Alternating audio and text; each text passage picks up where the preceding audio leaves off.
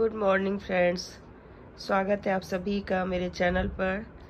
I hope कि आप सब लोग बहुत ही बढ़िया होंगे, खुश चुकी है। और देखिए बाहर थोड़ी थोड़ी रोशनी है, यहाँ तक हल्की सी धूप आ रही है। एक्चुअली आज ना ऐसे मौसम लग रहा है कि आज धूप आएगी नहीं, थोड़ी थोड़ी सी धूप है। बस अभी उठती हूँ और देखती हूँ कि क्या कर सकती हूँ। वैसे तो मैं बहुत ही ज़्यादा अनवेल हूँ और कोशिश करूँगी कि कुछ खाना पीना मैं बना दूँ, बाकी चीज़ें तो कुछ नहीं कर पा रही हूँ। तो आप लोग भी लीजिए इस नाश्ते को, और बहुत ही बढ़िया बनी है। मैं एक लाइन भी नहीं बोल पा रही हूँ तो वॉइस ओवर ही करूँगी, तो सब कुछ पता चल जाएगा। और आज का मौसम ऐसा है ना, है तो बारिश हो रही है लेकिन ठंडक नहीं लग रही है अंदर। अब थोड़ी थोड़ी ठंड लगने लगी है। कम से कम 2-3 घंटे से ऐसा ही चल रहा है। मैं खाना बना रही थी तो मुझे एसी चलाना पड़ा, इतना गर्मी हो रहा था। और अब जा कर के मौसम थोड़ा सा सही लग रहा है, क्योंकि ना थोड़ी बारिश भी हुई है बीच में, अब हवा चल रही है तो अब सही लग रहा है। पता नहीं धरती को क्या ही हो गया, इतनी बारिश होती है फिर भी गर्मी नहीं जाती। डाल दो पर अगर ये दही भी जमी होगी तो ऑब्वियसली फ्रिज में पड़े पड़े तो ये जम नहीं सकती दही। दूध तो है ही नहीं इसमें, दूध तो गायब हो चुका है पूरा। तो चलो अब इस दूध को फाड़ देते हैं अच्छे से, है ना। तो चलिए इसको मैं थोड़ा सा नींबू डाल के हल्के आंच पे, फटा ही हुआ है देखो। तो फ्रेंड्स यहाँ पर दूध को मैंने क्या किया, नींबू डाल के और गैस पे चढ़ा दिया। एक्चुअली मुझे पहले गर्म करना चाहिए था, पर पहले ही मैंने नींबू डाल दिया, फिर गैस पे चढ़ाया और इसको बस थोड़ा सा गर्म होते ही इसको मैंने बंद कर दिया था। और इसके अंदर मैंने काला नमक, फ्लेक्स और साथ में पिज्ज़ा सीजनिंग, काली मिर्च का पाउडर, जीरा पाउडर, ये सारी चीज़ें डाल के इसको मैंने उबाल लिया एक बार। और उसके बाद फिर इसको ठंडे पानी से धो लिया। तो क्योंकि मैंने नींबू पहले डाल दिया ना, तो थोड़ा सा ये हार्ड हो गया था, तो प्रॉपर पनीर शेप में तो नहीं बनेगा, लेकिन हाँ मैं कोशिश कर रही हूँ। तो इसको मैंने खूब अच्छे से पानी वानी निचोड़ के और इस डब्बे के अंदर पैक करके रख दिया था, जो कि मैंने पिछले वीडियो में बताया था एक दिन पहले। कल तो मेरी वीडियो नहीं आई थी, लेकिन परसों मैंने डाला था, तो उसमें मैंने ये प्रोसेस आप लोगों को पूरा दिखाया था। तब इसे बंद करके और फिर मैं रख देती हूँ। सुबह देखूँगी इसका पराठा वगैरह बनाऊँगी। तो यहाँ पर आज क्या है ना कि थोड़ा सा ऐसे बारिश वारिश का मौसम तो हो ही रहा था, पर जैसे ही मैं खाना बनाने लगी तो लगा जैसे बारिश हो रही है। और मैंने बाहर ना, जब भी धूप होती है तो आप लोग ऐसे करते हैं कि नहीं, लेकिन एक बहुत अच्छी चीज़ होती है कि धूप अगर निकले ना, तो कुछ जैसे घर में राशन की जो चीज़ें होती है पुरानी, जैसे कुछ कुछ ऐसी, जैसे मेरे पास आम की अमियाँ पड़ी थी छोटी सूखी वाली, तो उसको मैंने सूखने के लिए रख दिया था जिससे थोड़ी सी धूप आ जाए। और मेरा ये मनी प्लांट मैंने इसको रखा था तो उसमें पानी बिल्कुल ही सूख गया। इतनी गर्मी है ना कि पता ही नहीं चलता, पानी मतलब भर के रखती हूँ और 2-3 दिनों बाद देखने जाओ तो पानी बिल्कुल ही ख़त्म रहता है। तो ऐसे ही चेक करते रहें कि किसी मतलब पौधों में पानी कम तो नहीं हो रहा है। उसके बाद आज मैं क्या बताऊँ, मेरे हस्बैंड लेके आए हैं ये अरबी के पत्ते, जिसको हम लोग अरीकंच भी बोलते हैं। तो ये मैं वैसे पहले बहुत ज़्यादा मैं बोलती थी कि थोड़ा सा आप बाहर जाते हो तो अगर मिले तो ले आना। तो ऐसे टाइम पे लेके आए हैं कि जब मेरी तबीयत ठीक नहीं थी, तो मैंने यहाँ पे ना सरसों मसाला, लहसुन और जीरा और सरसों वो पीस के रख लिया, और बेसन घोल के, बेसन में बस नमक, हल्दी और थोड़ी सी लाल मिर्च और थोड़ा सा नींबू निचोड़ के एक बेसन का घोल बनाया। और जितने भी पत्ते थे ना उनको एक दूसरे पे लपेट के, ये तो आप लोगों को आता ही होगा, पर इसकी सब्ज़ी बनती बड़ी टेस्टी है, तो मैंने बनाई है। और ऐसे समय में ला के दिया तो मुझे बनाना ही पड़ा, बल्कि थोड़ा सा पत्ता सूख भी गया था। रात को आया और गर्मी इतनी है कि ड्राई हो गया बिल्कुल ये। फिर भी मैंने इसको बना लिया क्योंकि मुझे इतनी ज़्यादा पसंद थी ना कि मैं क्या बताऊँ। मैं तो बोल रही थी कि अगर मुझे नहीं मिलेगा तो मैं मर जाऊँगी, कुछ ऐसा ही लग रहा था।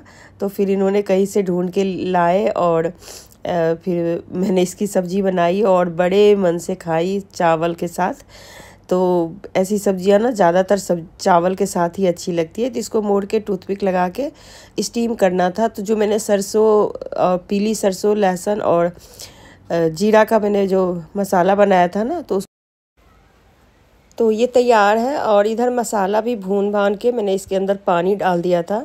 और ये बस उबलने से पहले इसमें हम करेंगे एक बहुत ही बढ़िया वाला ट्रिक।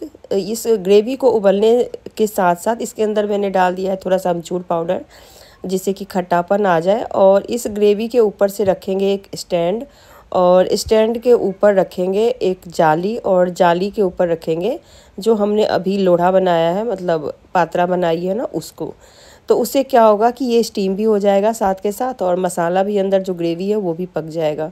बस इसको ढक के 5-7 मिनट के लिए आप छोड़ दीजिए, बिल्कुल कम आंच पे। तो इससे ना धीरे धीरे करके ये पक जाएगा और फिर तैयार हो जाएगा।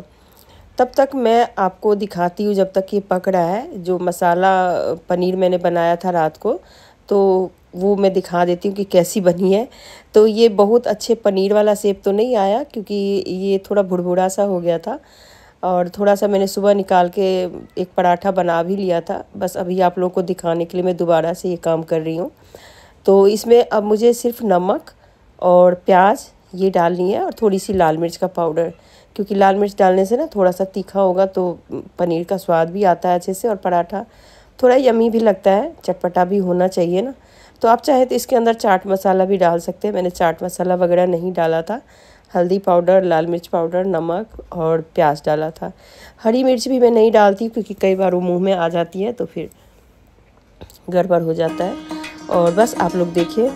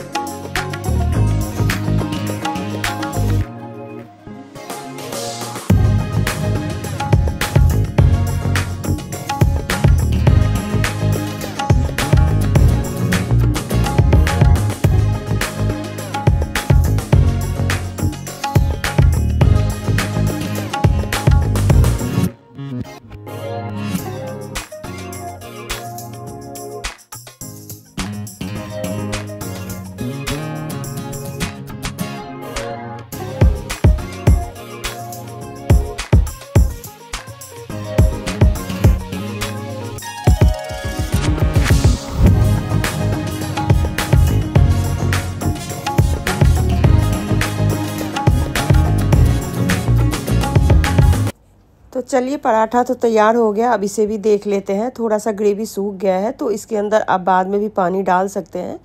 और बस इसको निकाल के चेक कर लिया मैंने, सूखा सूखा हो गया था। और इसको ऐसे पीसेज में काट के और इसको तल लेना है, या बिना तले भी आप डाल सकते हैं, पर मैंने तल दिया क्योंकि तले हुए का स्वाद थोड़ा अलग होता है और कच्चे का स्वाद अलग होता है। वैसे कच्चा नहीं बोलेंगे इसको, स्टीम्ड होगा ये, तो हेल्दी के लिए तो वही ठीक है। लेकिन बाकी अगर आपको थोड़ा सा इसको सौते करना है तो करके, और उबलते हुए ग्रेवी में आप डाल दीजिए। और बस एक उबाल आने के बाद नमक डाल सकते हैं, क्योंकि नमक पहले मैंने डाला तो हुआ है पर थोड़ा कम डाला हुआ है। नमक डाल के और मिला के, और उसके बाद नींबू का जूस डालना मत भूलिएगा, क्योंकि नींबू के जूस के बिना, क्योंकि उससे ना फिर खट्टा होगा और बाकी चीज़ें तो इसमें डल नहीं रही है, तो इसलिए नींबू ज़रूर डालना है, तभी आपके गले में खराश नहीं लगेगी। उसके बाद फिर मैं चली गई बेटी के रूम में, और उसके साथ थोड़ी सी बातें करने लगी। तो मुझे कह रही है, मम्मी आप जाओ, हम आपसे मेरे को भी पट जाएगा। तो पर मैं वहीं पे पड़ गई थी। और वैसे ना सर्दी जुकाम मुझे इसी की वजह से हुआ, क्योंकि इसको पहले हुआ था फिर मुझे हुआ। फिर मैं थोड़ी देर लेट के और उसके बाद चली गई थी। और दोपहर के टाइम ऐसा ही होता है, कुछ हम हंसी मजाक करते हैं।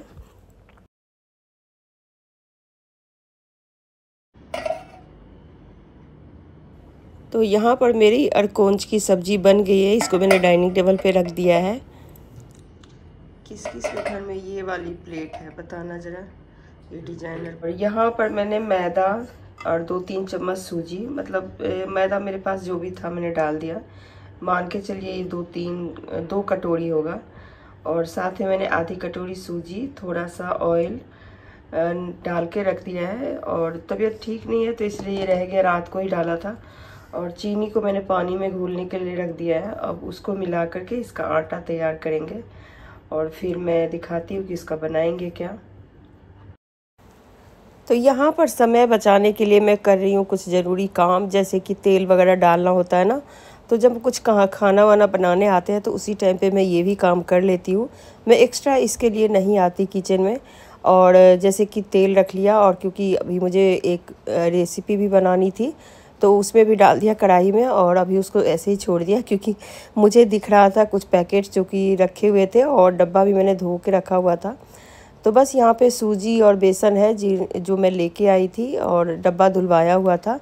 तो आजकल बरसात में ना बिना डब्बा धोए आप उसमें नया सामान मत रखा करना, क्योंकि क्या होता है ना कि कई बार पुराने सामान में ना गौर से देखेंगे तो कीड़े पड़ गए होते हैं, चाहे वो 1 महीना पहले भी आप लाए होंगे ना तो भी। तो ये सब काम निपटाने के बाद फिर मेरा काम था थोड़ा सा जो हमने टिक्की के लिए मतलब खजूर के लिए जो मैंने आटा गूँथा था वो मैं उसको बनाना था। तो यहाँ पर बेसन रखने के बाद फिर मैंने सूजी रखा, और सूजी रखने के बाद इसको रख दिया और फिर काम शुरू किया। तो ये डब्बे डुबे सहेजने के बाद अब बच गया है ये आटा, और इस आटा को मैंने पहले ही अपनी मतलब जो मेरी हेल्पर है उससे मैंने गुथवा लिया था। तो बस वो गूँथ के चली गई थी, उसको मैंने बोला था रफली ऐसे बना के चले जाओ। अब इसको मिलाना था और मिलाने के बाद बनाना था। तो मेरी आवाज़ बिल्कुल ही बैठी हुई है, फिर भी मैं बोल रही हूँ। तो इसको ना बस मैं तेल चढ़ा चुकी हूँ उस पर, और इसको इस तरीके से चपटा करके, और ज़्यादा मतलब इसमें आप नहीं भी कुछ बनाएंगे तब भी चलेगा, ऐसे भी कर देंगे तो भी चलेगा। तो मैं ऐसे ही करके बना रही हूँ, बहुत ही सिंपल सा काम है। बस थोड़ी तबीयत ठीक नहीं थी तो इसलिए ये रुक गया था काम। तो इसको ऐसे मुट्ठी में दबा के ऐसे, और इसे हम क्या करेंगे ना, ये देखिए ये चम्मच है और इस चम्मच के ऊपर ना ऐसे करके